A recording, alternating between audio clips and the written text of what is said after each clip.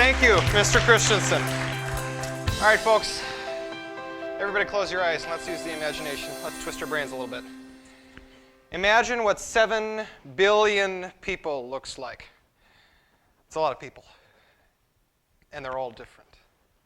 That's the world we live in. There's 7 billion of us walking around, talking, leading our own lives, just like we do. There's 7 billion of us out there. Okay, now you can open your eyes. It's pretty cool, isn't it? We're all unique. There's not one intellectual repeat among us. I think that is absolutely amazing. People are top-notch mammals when we're given the opportunity, and we can be really good problem solvers.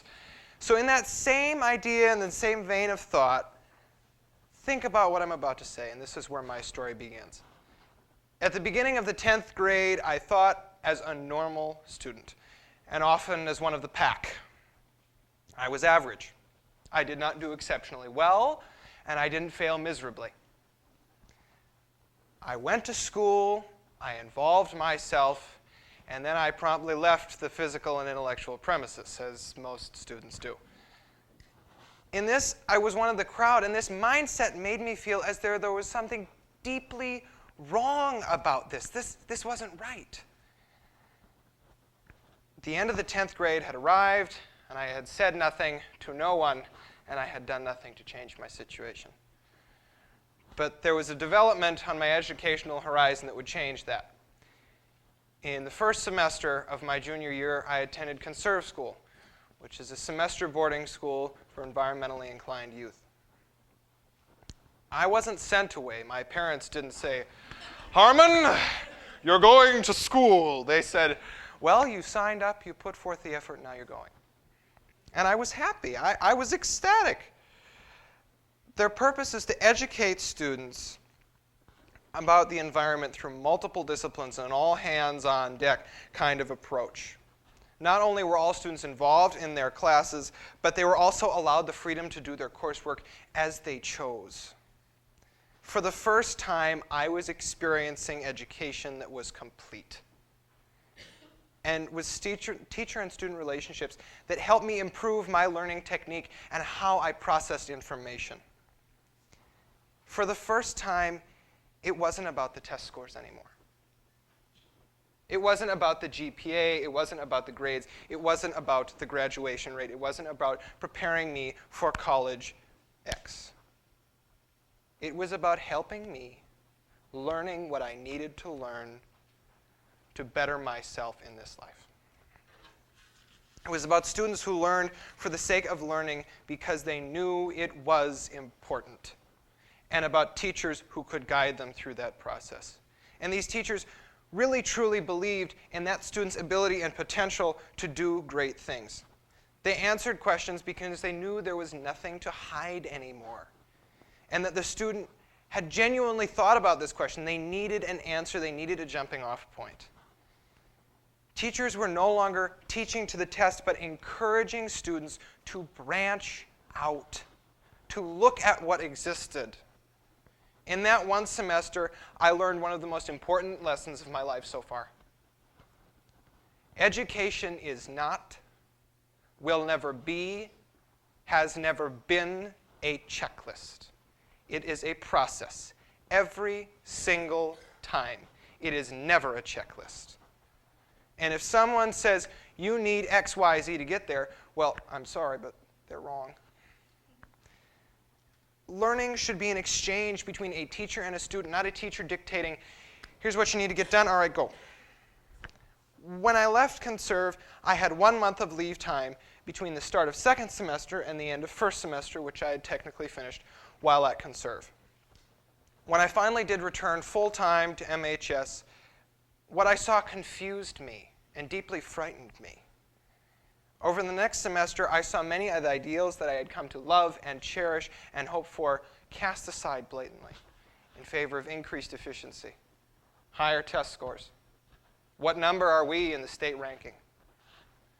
It was at this time that I developed 2 main thoughts, cognitive endurance and cognitive resilience. Cognitive endurance is the first in 2 actions brought on by an all-encompassing learning style.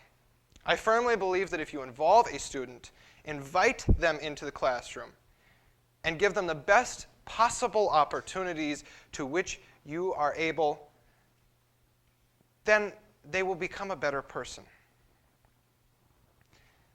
This being said, the technical definition, in my point of view, of cognitive endurance is that once a student is presented with a problem, that they move through it. They're not burned out by the time that they get to the end. The idea of cognitive resilience is that a student does not suffer from burnout, that they keep coming back for more, they keep solving problems. After many long thought sessions, me, myself, and I attending, I realized that if we could give students the tools to preserve themselves in the midst of problems and solve future problems, then we would be giving them the best set of tools that anyone could provide.